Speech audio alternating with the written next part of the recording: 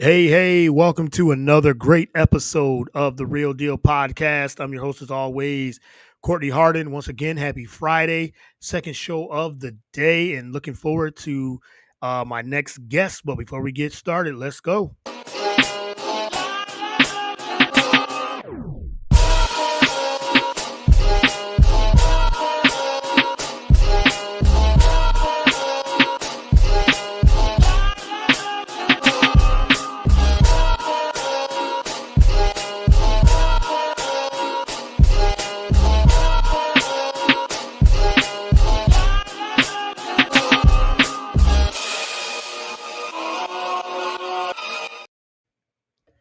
All right, welcome once again to another great episode of the Real Deal Podcast. Happy Friday. I'm your host, as always, Courtney Harden.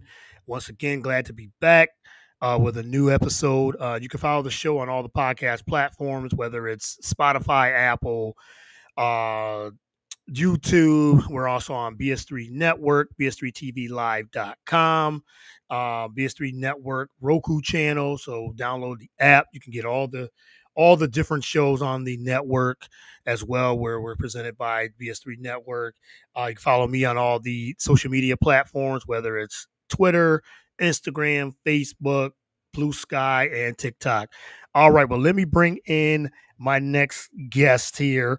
It was interesting. I was just telling her before we started recording how we kind of connected on Instagram and the algorithm of Instagram when you meet so many intriguing people and entertaining and all that. But she's got a great podcast. Goes by her name is Giovanna Scroggins, and she is a host of the Behind the Sport podcast, and also where it says where the game meets the story. So you get behind the scenes, the after, inside the locker room, off the field, and off the court. So Giovanna, welcome to the show. Really appreciate it. Yeah, excited to do this, excited to be here. So I appreciate the introduction, Courtney. Yeah, for sure. And I'm excited to have you on. And like I said, always great to find new people that's in this content creation, podcasting with shows, great shows. And yours is a great show as well. Again, behind the sports. So we're going to get into all of that too. So, yeah, I'm very excited that you accepted the invite and now you're here. So, again, I can't wait to get to know you a little bit. Yes, me All too. right, all right. Let's get started. Let's get started. But first and foremost, how has your week been? And I know you're probably ready for the weekend. Yeah, I mean, the week was good. I was actually up in New York earlier. I'm born and raised in Dallas. I'm a Dallas girl through and through. I love Texas. I do not see myself leaving anytime soon, but Okay. I was in New York earlier this week, and I actually got to go to a New York Liberty game Oh yeah. with my mom, actually. And it was a really incredible experience because I've actually never seen the Liberty in person, and I'm a Mm. huge fan of the WNBA and Sabrina. And so it was just really cool to see. And also Ellie the Elephant. Not sure you know who that is, but it's the Liberty's mascot, and Yes. she Yep. Hmm. is amazing. She's Yeah. awesome. Yeah. Yes, she is. And me and my wife went to the Liberty game. We went to a Liberty game last season. And yeah, Ellie is she is She's something something else. else. Yes, she Yeah, is. I mean, yeah. yeah, yeah, got rhythm, everything. Just everything. But we got to experience a Liberty game in Brooklyn last season, and it was a lot of fun. So I totally get it. I totally Yeah. understand it. And we definitely got to talk some W a little later in the show. For sure, because I'm a huge WNBA fan too. So, Yes. but yeah, thank you for coming on. Really appreciate it. So let's get right into it. So my first question, quick intro of who is Giovanna Scroggins and what got you into sports? Yeah, I mean, it's kind of a multifaceted question for me when you ask me who I am. If you just Yeah. told me when I was younger that I would be remotely in the sports industry doing this, I wouldn't believe you. But I as a dancer, I was in the entertainment industry for a really long time. I was homeschooled in high school, and then I really wanted to go to college because being homeschooled, it was a lot. It was a lot. But we went to college. I went to SMU, Pony Up Go Mustangs. Really excited for the season, by the way, in college football. Oh Um, yeah. Big But time. yeah, during my time there, I kind of fell into my lap of journalism because I do enjoy storytelling a lot. But I didn't want to go into college just having this broad, like, oh, I'm going to do journalism. And obviously, again, being born and raised in Dallas, Texas, sports is a big part of anybody growing up. High school football is a big thing Yeah. here. So I was like, yep, I'm going to do sports journalism, graduated with 2 degrees, one in sports journalism, the other in sports management. And there I kind of ran a lot of the sports shows while I was there during my time. They had a show called Press Pass, and I was kind of the lead executive producer on that. And I was also editor in chief of our newspaper. And so after that, when I graduated, I was like, wow, my experience there, I really wanted to translate it into my career and I wanted to kind of keep it going. And the show, my show, was actually a passion project of mine that I wanted to start in college, but God's timing, I think it was just not right Yeah. until I graduated. And now, obviously, really blessed and grateful to have the opportunity and the platform to use my voice and be kind of a representation for girls that look like me in the industry, but also kind of get the behind the scenes, the name BTS take Yes. the industry itself. So, Okay, I like that, and I always enjoy hearing everyone's journey, uh, mhm. how they got into it, what it's inspired them to find interest in sports or media or anything like that, broadcasting, podcasting, and everything too. So, like you said, you just had it in you, and always you said always had a passion for storytelling, which is you know I think when people talk about sports or fans, they look at the X's and O's or they look at the game and in itself, and that's very important. Yeah, that's what leads to the final product. But what about like before the training before and that story type of telling, how they got there into to their prospective sport, or Yeah. even afterwards, the training afterwards, and what was their mindset after? And I always find that always interesting. So it seemed like that, that's what your show is about too. So yeah, so that would be my next question would be what inspired you to start your show, but you kind of hit on that a little bit because of Behind the Sport, which by the way, everyone listen to it and subscribe and follow as well. So but what inspired you to start the show Behind the Sport? Yeah, similarly to what you just mentioned, I again, growing up where I did grow up, one of the two. But it was one of those things where I feel like athletes were always viewed as entertainment and they weren't, you didn't really hear the story. I mean, obviously, you have Travis Kelsey, who's this big player, but then it's like, oh, Taylor Swift's involved with him. But like, who is Travis Kelsey? Like, he's not just a phenomenal tight end on the Chiefs. He's not just Taylor Swift's girlfriend. He's an actual person. But and there's so Yeah, many stories that you have like that in the NFL. And I think we've seen a little bit of a shift when it comes to the media landscape in terms of like telling these guys' story on and off the field. And so that's what I was really passionate about because especially at my time at SMU, I worked in recruiting. So I got really close to a lot of these players. And as you mentioned, it's more than just X's and O's. It's more than just their stats that makes them a phenomenal right. athlete. It's all the adversity and everything that they've kind of overcome to be able to get to this point in stage. And that's something that a lot of people can't say and a lot of people will never even do. So that's kind of what really fueled the fire is just having the synopsis and the phrase of let's look at athletes more than just entertainment. We know we love watching the NBA, we know we love watching NFL and so on and so forth, but who are these people that are actually on our TV screens or on the field? Yeah, for sure. And I think, yeah, that's, he said, them being athletes is one thing that they do. It's not who they are, really. And I've heard a lot of athletes say that. And it's true. Like the human side of them is just, I mean, that's the main thing.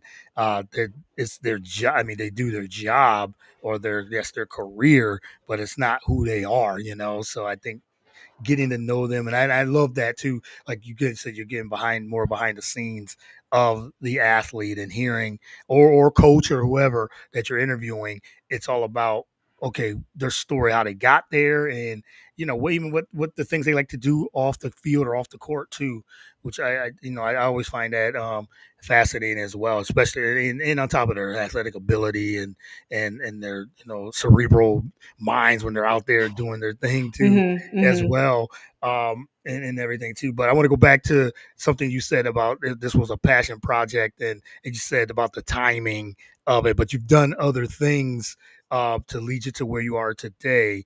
What would you say was like that moment where you thought like, okay, this is what I really want to do is to host a show and do and all the things you've done in between there. Yeah, I mean, had a really good insider taste of the entertainment industry at a Yeah. really early age. And like I said, I wanted to be a dancer growing up. That was like my passion. I still love Yeah. dancing to this day, but I just knew that Okay. career wasn't going to be for me. I didn't want to be 24 years old now. I didn't want to have um, busted body and, striving Mm, to get on tour or whatever and whatnot. So the show in college, it became this idea, and it wasn't a tangible idea yet. It was kind of still floating up in my mind. yeah. And then I had a professor actually say to me, like, this can be something really great, and I want to push yourself to do this. And at the time, I really just still wasn't there yet. And so after I graduated, I worked for a couple of companies producing shows. I actually worked for Alumni Media Network, which strives on building the brands of professional athletes post their career professionally. So that was really cool, and I got experience there. Then through networking, also side bit, everything happens in this world by talking to people and connecting. So that's just why Courtney, what you're doing is amazing. But Thank you.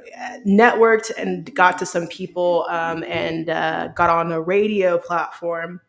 And at first, I was just a reporter for them, doing some things here and there. I was a contributor. I would pop on one of their main shows. And then that's when it kind of clicked. Like, I'm already doing this. I'm already on the radio. This is my time to not only build my show, but build my brand.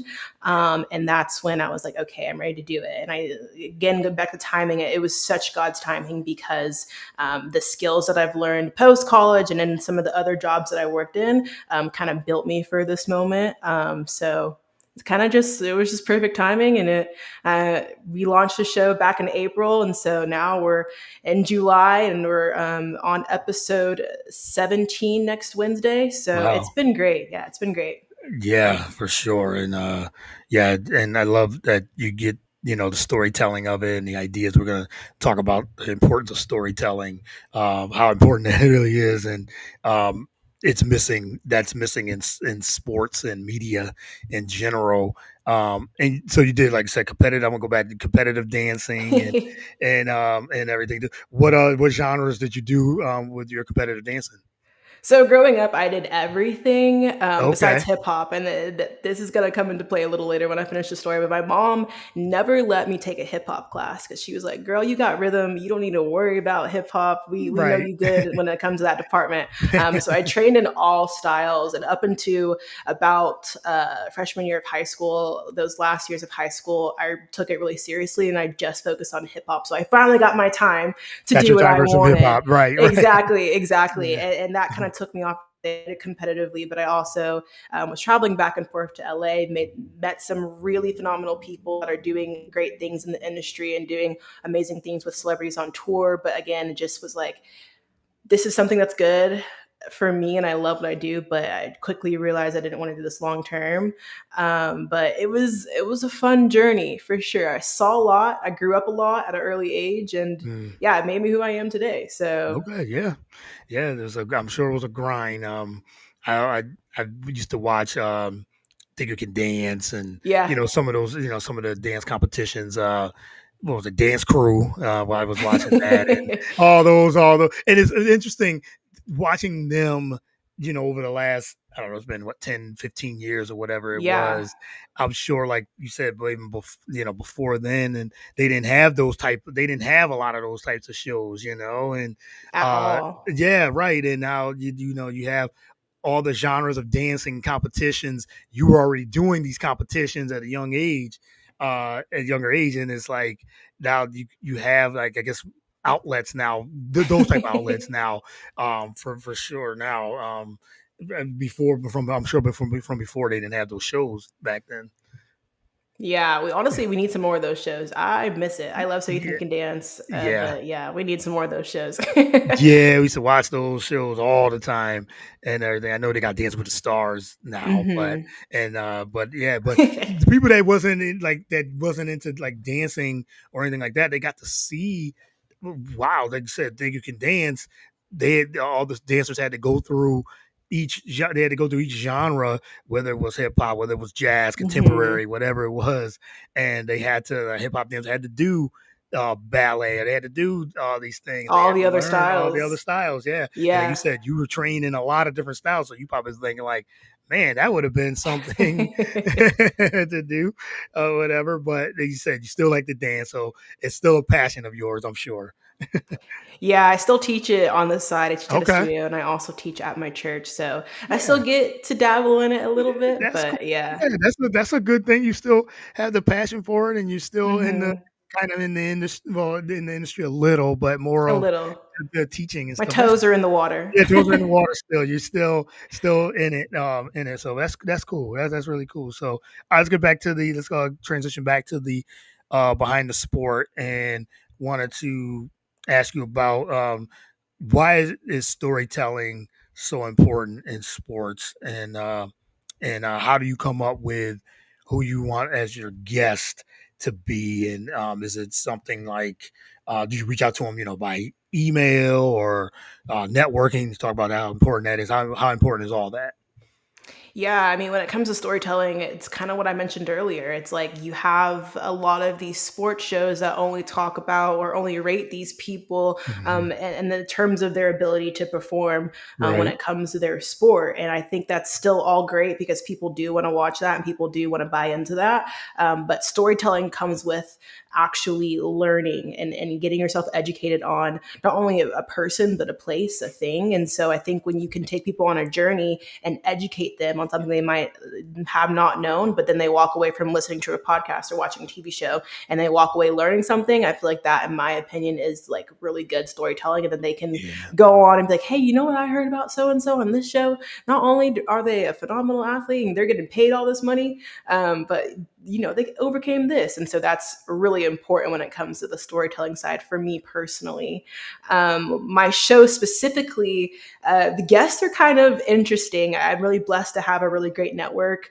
And so I get guests pitched to me or pitched to our network, and then I get them to get on the show as well. Okay. So I have that outlet that's available as a resource to me, and that's really amazing. We have some really good guests come through that pipeline. But a lot of the other hand of it is personal people that I already know, connections through friends and family that are involved in the industry some way or shape or form. And then lastly, it's, cold outreach. Not Yeah. afraid to get on the phone. I just Yep. had the president of Arlington IndyCar on my show, first Mm. IndyCar race coming to Arlington, Texas. That was episode 16. Go watch it. It's on YouTube, Behind the Sports Show. But Yes, gotta put that plug in. Yes. You have to. yes, Yeah, yeah, of yeah. course. But that certain connection came from me actually going to a Cowboys draft party. I'm down the street from the Star, which is the headquarters of the Cowboys. We went to this draft party, and the Arlington IndyCar had a booth, and then these people. The people that were working it were like low level employees, but after that, exchanged contact and kind of worked my way up, and then I was able to get the Yeah. president. So a lot of all of three kind of combined, and that's how I'm able to keep the guest list flowing and entertaining Yes. for the show. Yes, and we know about the guest and getting guests and trying to especially when we're doing this ourselves. I love that though because like you said, even though we can reach out. We reach out to the guests like directly, and I like that. Yes, some of them have publicists, some of them have other people that work for them, but when we can just go right to the source themselves and ask them by email, you said by phone, maybe DM, Hmm. whatever, or in person.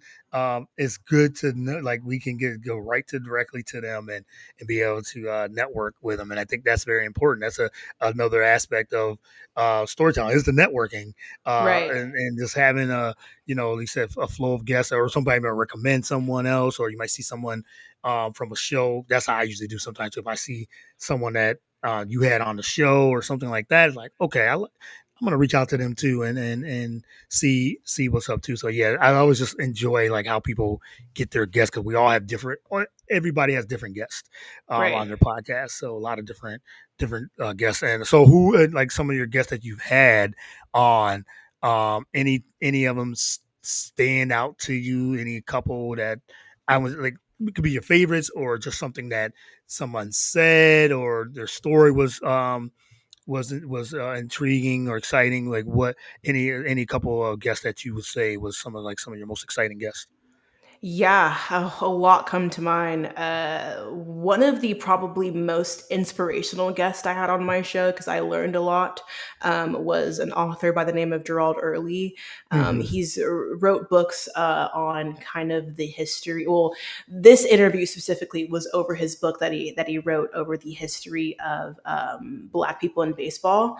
And obviously like the Negro Leagues and things like that. I didn't know much about it. And so he walked through the story and not only told me about these amazing athletes that kind of paved the way, but also female athletes and then the other athletes from, Latin America that came on and kind of also came up in these sports. And then how kind of the scenario and the situation and the climate was around that time when it comes to baseball in America. Right. So that guest was really interesting. Yeah. Another guest that comes to mind, I had Amy Boardman, Simone Biles' head coach, on. Mm. That was just really interesting to kind of get another insight. And again, my show, I have a lot of athletes on, but the bread and the butter is when you get people that aren't really the athletes and that are kind of controlling Yeah. things. They're the puppet masters, right? So Right. Yeah. having her take on Simone and her career and just her as a coach and how she kind of came about and meeting Simone was really interesting. So that's probably my second one. And then my third one would probably be most recently. Rick Barry was on my show, Mm. and Hmm. obviously I didn't get to watch him play; wasn't born. Yeah. But I made a social media video, and it was like the NBA legend that, in my opinion, is the most slept on. And so obviously his free throw shot and things like that. Yeah. Just The talking to yeah. him, Mhm. he has a lot of opinions. Let me tell you, we didn't Yes. even Oh get through yeah. half of it. But Mhm. yeah, that was a really fun guest as well. Yeah, I mean, you've had some great, I mean, very great guests. Just those three alone in itself, and then you had Howard Megdal, excuse me, the one that the author of the Caitlin Clark book, Hmm. and he was just here. To go back, I know you said Dallas. I won't hold that against you. You're a Cowboys fan, I'm assuming, because I'm an Eagles fan, I and like to Billy. tell people I'm a very optimistic Cowboys fan. Yes, Similar yes, to Rick, okay. I wasn't I even born during the time the Cowboys were good.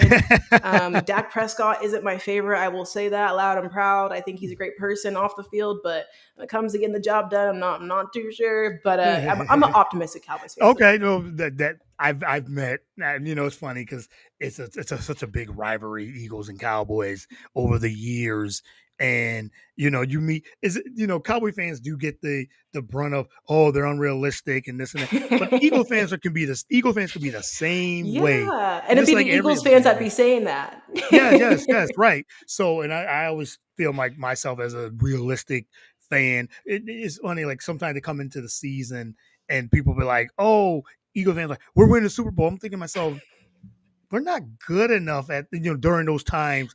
Let's be real. Let's try to get 8 wins or something like that. Let's be real. I get fandom. You're excited and all that. Now, like I said, the last couple of years, yes, I could see that. And Cowboy fans had to do the same thing.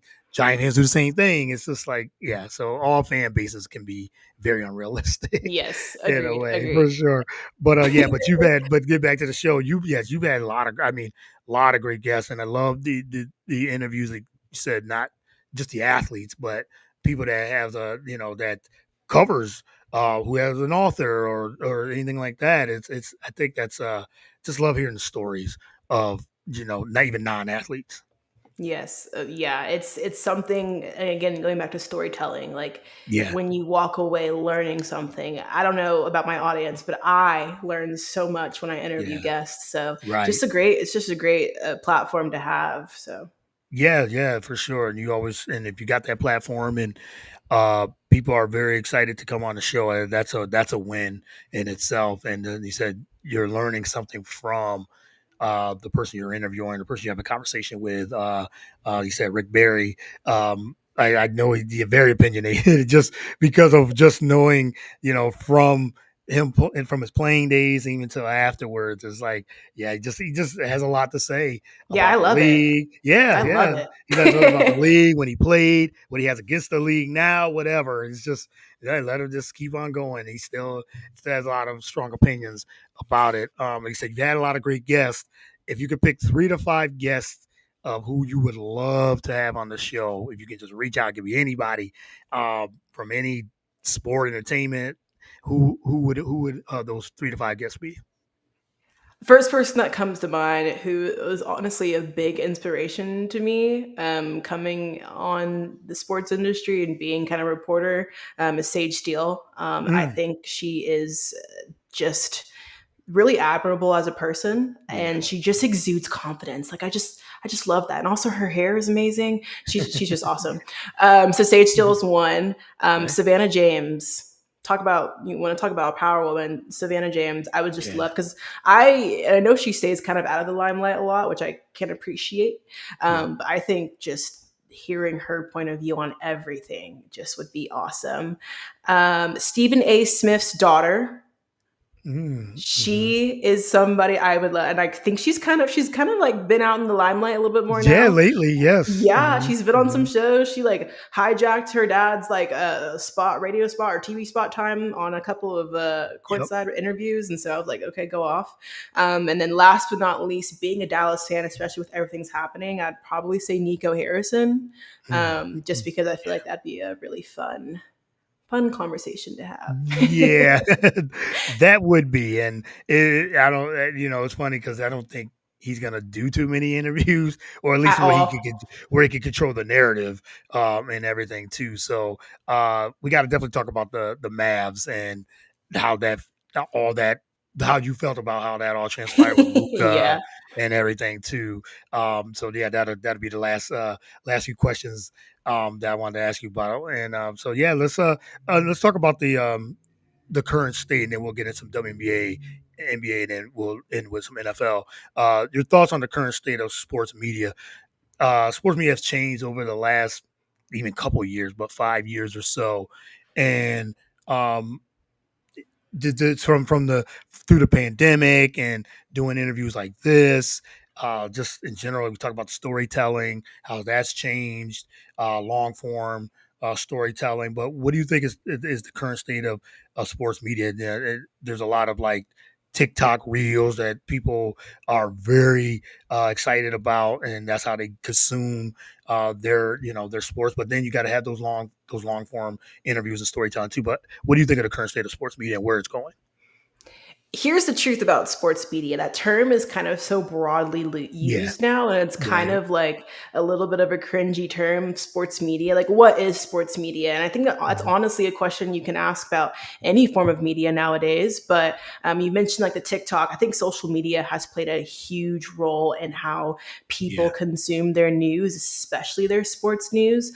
Obviously, you have your shows, like, First Take and things that you probably are going to go on and watch yeah, typically. But a lot of people, especially my age, we're scrolling, we're doom scrolling, we're sitting in our beds at 2 o'clock in the morning scrolling on TikTok, listening, and looking at sports news that way. And so when it comes to sports media, I think you have a lot of voices and a lot of opinions that are constantly floating around.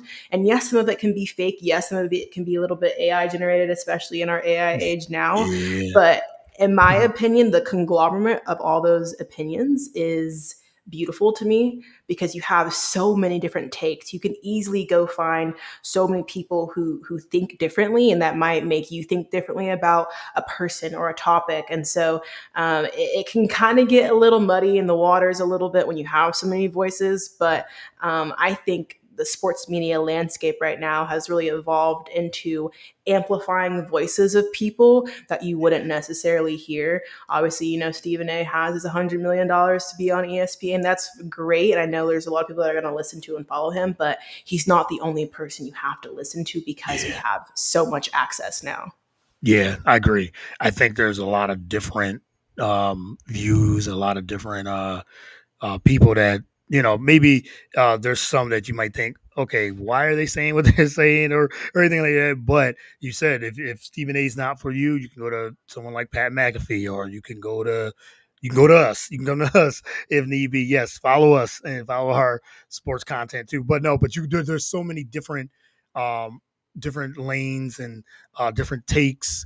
Yeah, so you're right. Sports media in itself, the landscape is very there's just a lot more social media and the networking and uh content creating. I think that they've taken it, content creators have taken it by storm, especially in a lot of different sports, getting news or getting interviews that national media is not getting, or don't athletes want to talk, or some athletes just want to talk to content creators, and because they let them speak their mind. They're not criticizing them in certain ways. They just say, "Hey, we want to share your story.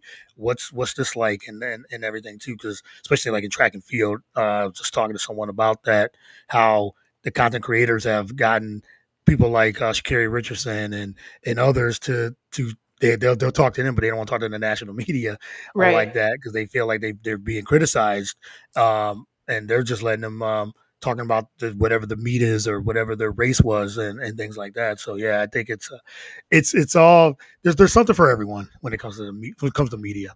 For sure, for sure. Yeah, definitely. So, all right, let's transition to a couple of before I let you go. Let's transition to a couple of topics of sports and in general. Let's talk about the NFL. As you said, Cowboys heading into this season, they were 7-10, I believe. Yeah, 7-10 last season. A lot of injuries and inconsistencies. And but what's your expectations for the Cowboys? Like Dak's back healthy. Um, and I know Michael Parsons. That's the big question: is he gonna get paid? How much he's gonna get paid? And Jerry Jones is still the owner and everything. But Cowboys always got high expectations, like you said, warranted or not. But they're in a really tough division with the Eagles and the Commanders. But Cowboys are right there too. But what's your expectation for the Cowboys this season? Yeah, I had a little bit of a deep sigh when it comes to my expectations. But I could talk about the Cowboys all day because I think there's so many topics to talk about. Yeah, But the right. biggest question for me currently, and I'm probably going to go to Oxnard to see training camp, and I'm super excited for that. But Yeah. Micah Parsons, that has been the question mark since Yep. the end of last season for me. And obviously now we see TJ Watt getting signed. He's, again, the highest non-paid quarterback in the league. Yep. So it's going to be interesting where Micah either falls under or above. I think it's very possible he could fall above that. And we've seen this with Dak, we see it with CD, and now we're seeing it with Micah when it comes to the Cowboys holding out to pay them, and then Yeah. boom, it hits, and it's like this huge lump sum amount of money. You're like, wow, that's not okay, and you kind of just move on and push it to the side. But because of the amount of money that they're getting funded into these players, the expectations just on paper have to be through the roof. I mean, you have to at least make it to the playoffs. And again, last season we were riddled with injuries, and that was Yeah. a Yeah. tall task. And I think with a new defensive coordinator, that was also interesting. But the expectations for me is just make the playoffs. That's Hmm. all I ask, is just make the Yeah. playoffs. The division is really tough with the Commanders and the Eagles, and the Giants. They're not looking sucky anymore. I Yeah. must say they got some good draft picks. So Yep. I'm not sleeping on the Giants either, because I think they can maybe surprise us a little bit and shock us a little bit. But yeah, Cowboys expectation, make the playoffs.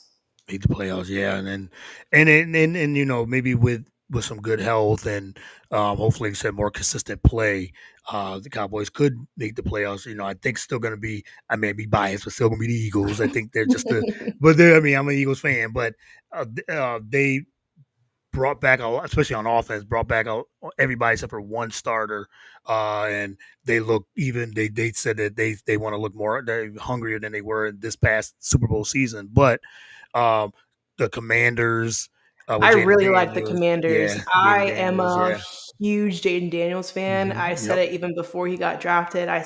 Said it multiple times on my show. Jaden Daniels is my guy. If he was in Dallas, oh my gosh, I'd have pictures of him all over the wall too. Like he is a Yeah. phenomenal, and I think it's so amazing that he's so young. So I have really high hopes for him. But this Commanders team, they're pretty scary too. They're scary, and I think as an Eagles fan, that they're the one team that actually in this division that is scary is the Commanders. And look, his first year, his rookie year, Jaden Daniels gets to the NFC Championship, and yeah, they ran into the Eagles at home, so that was just maybe just too much. But another year under his belt, and now yes, teams will now have some tape on them and see okay what his tendencies are. We know we can defend him, but now it's all about him taking the next step, and he just seems like he definitely has the game and the talent to get to take the next step and see what can happen. So yeah, the Commanders are going to be dangerous team in the NFC for sure. All right, let's transition to the NBA and the Dallas Mavericks. A lot has changed with Luca. And everything. What was your reaction? Was it when that trade did happen? I see you got the Luca jersey back there, so you're a big fan and one of the top 5 players in the league, especially when healthy. But what was your overall reaction? Was it like everybody else's? Was like, what is happening? Like what? Like why would you trade this generational talent? Yeah, I really try to remain optimistic about a Yes. lot of situations Okay. when it comes to the sports world. So obviously, I mean, people in Dallas, you thought somebody died, like their loved one died. I mean, there Yeah. was literally a coffin in front of the ACC, or Wow. AAC. There was a coffin that they were carrying. So it was a little bit much. It was kind of extra, but I understand where Dallas fans were coming from. I mean, the trading Luca, and it's funny because there's a lot of people that predicted this. There's a lot of people that predicted this early on. Mm, I was, of course, sad, but I do not think the Mavericks would be in the position they are now if we had not traded Luca. right. And I Yeah. am really liking this Mavs team. Unfortunately, Luca is an amazing basketball player, but I would have been happy if he retired as a Mavs player. Yeah. But I'm also happy that he's moved on because I think we've had opportunities with Luca to take us to a championship. And obviously we got really, really close, but going against the Celtics, that's just a battle in itself. Yeah. But I think this new Mavs team with Flag, you have Lively, Daniel Gafford, AD, Kyrie, kind of because he's going through injuries, Splash Brother, Clay Thompson. So I think this team is really going to be good now. Yeah. And they are, and they should, especially if Kyrie comes back.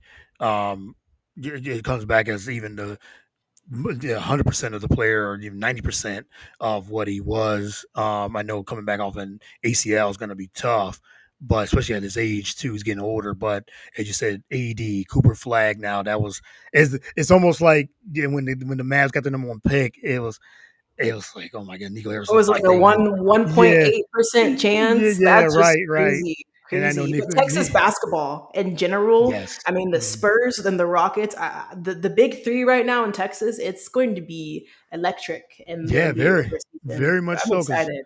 yeah, the Spurs. Uh, they're right on that cusp, like to take it to the next level. Houston was number 2 seed, was a number 2 seed in the West. Now they got Kevin Durant. Now moving forward, so yeah, the Texas basketball is gonna be crazy for in the NBA coming. So we'll see. And I know Nico Harrison's probably thinking, "Ooh, ooh, Dodged a bullet. dodge the big bullet." Like it's like, whoa, okay. Now I can't mess this one up. Don't mess this up. Get Cooper Flag and let's see what we can do. And you said if everyone can stay healthy, and that is a big if because you got ED, Injury Clay prone. Thompson, yeah, Clay, and so yeah. But Jason Kidd stayed as coach. I know there was rumors about him maybe moving on, but I think they do a J Kidd still there as coach. It's gonna be a really good season for the Mavericks. I really, even though the West is gonna be tough. The West is loaded Gauntlet. still.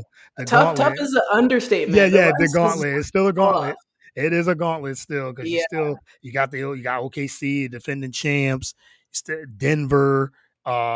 There's like Houston. You can't count the Warriors out, and the Lakers are still going to be in the mix. So yeah, Minnesota. So yeah, there's a lot of teams. They said gauntlet of teams heading forward. But yeah, can't wait for the NBA season. But let's talk a little WNBA. And they're on their All Star break now. All Star games tomorrow. Looking forward to that. Even though the news with Caitlin Clark not playing and not being able to host, I know that was devastating. But uh, there's so many other there's so many great players in the W right now, and you have Paige Beckers out in Dallas, another star. How's the excitement there with Paige? I know the team's not good Oof. yet, but Yeah. they're kind of brutal. But Paige, they have a bona fide star to basically uh, to move forward with and everything too. So, but what's the excitement with Paige Beckers in Dallas?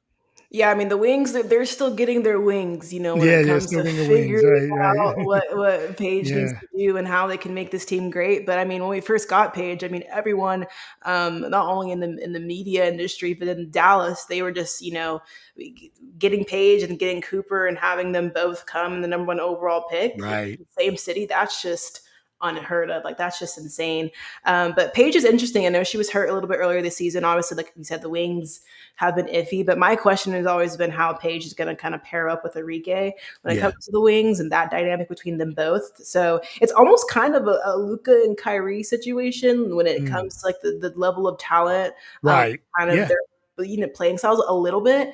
yep. Um, I agree. but once they get that figured out, and once they kind of maybe get a couple of more solid weapons around the both of them, I think the Swings team could go all the way. But talking about Caitlin, it's interesting because obviously I think the Fever, they won the cup recently and they did that without Caitlin. And so Yeah, I thought, okay, they have a chance, to be a still a good team without Caitlin. But when I saw that Liberty game against the Fever, I mean, it was a blowout. yeah, The Liberty stomped all over them, obviously defending champs. You didn't really expect much, but it's almost interesting because I would have loved to see that matchup, just to see how those teams fared up, just kind of get us a preview into what could be to come later on in yeah, the WNBA season. But yeah, it's definitely it's exciting, and then obviously with the expansion coming, WNBA, that's awesome yeah. too. So, I mean, hey, women's sports, I gotta give Women's round right. of Yeah. applause. We're Oh, rising I up. love it. I love it, and I've been pushing it and for years and years and years, and it just continues to keep growing in all women's sports. And you said the W is um, yeah, it's so many great players, and looking forward to the All Star game. And you're right. I think with Caitlin Clark too, I think it was the best move, the right move to sit out the All Star game. I know she didn't want to because it's in Indiana, and she wanted to do the 3 point competition and and the leading vote getter.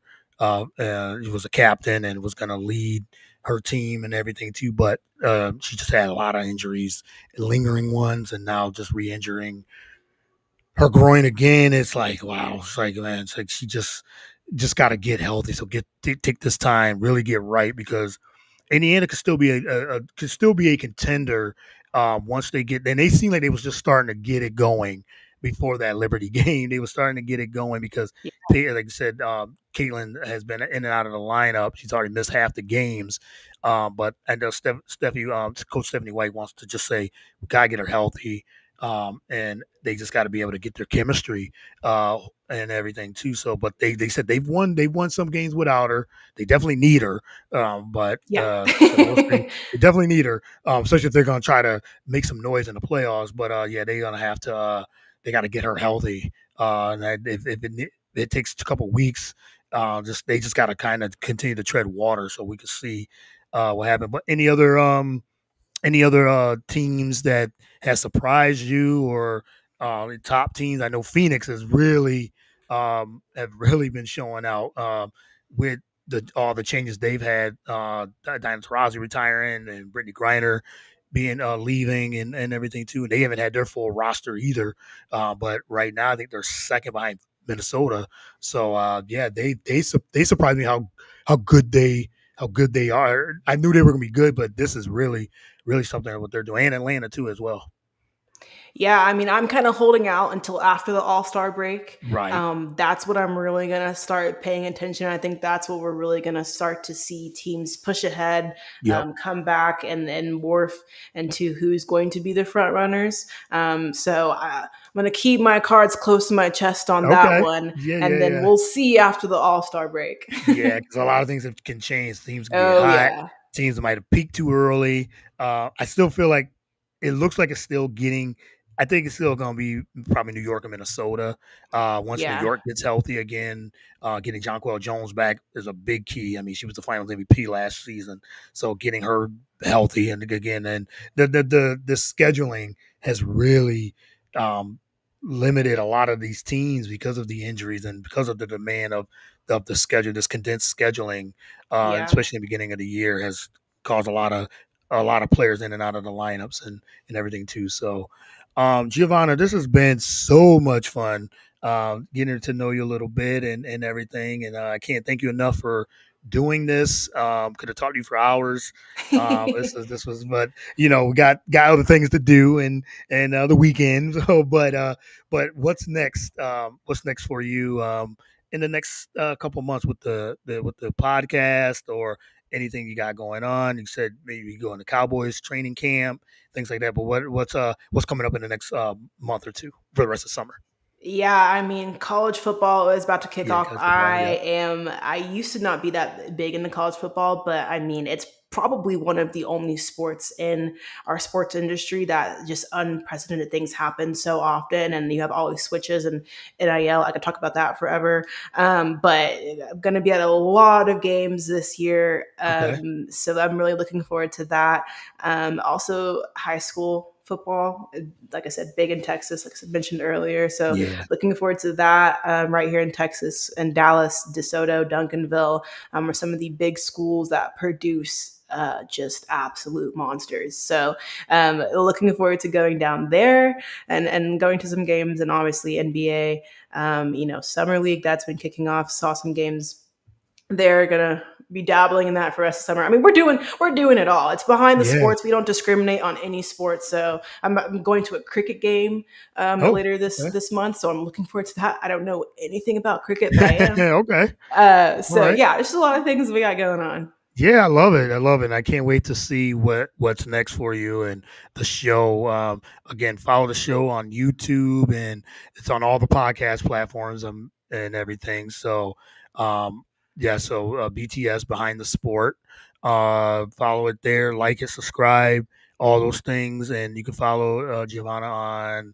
I know Instagram. Are you on all the other platforms as well? TikTok and all those Twitter. Yeah, TikTok, Instagram, Twitter. Yeah. BTS has a TikTok as well. So Yeah. we're Yeah. very social media savvy. LinkedIn, if you like Yeah, LinkedIn. yeah, yes, LinkedIn. Yep, I think we follow each other on LinkedIn too. So yeah, so follow Giovanna and all the content, and catch her at a game near you. It seems like all over, Yeah. since you're in the There Texas you go. area. If There you're you into go. sports, down there for sure. So yeah, the Sports Byline Broadcast Network, Giovanna Scroggins behind the sport. Thank you again. Really appreciate it. Much love. I really appreciate you, Courtney. Thanks for having me. Yeah, yeah, it's the same. Thank you again, and enjoy the weekend. And we'll do this again. You're now part of the podcast, Real Deal Podcast family Yay. now. So There so you go. the invite's open. So I'll definitely be reaching out again for sure. Beautiful. Sounds good. I'll be looking forward to it. I'll be All right, waiting. thank you. All right, well, you have a good rest of the weekend, and I'll talk to you soon. Awesome. Bye. All right, bye.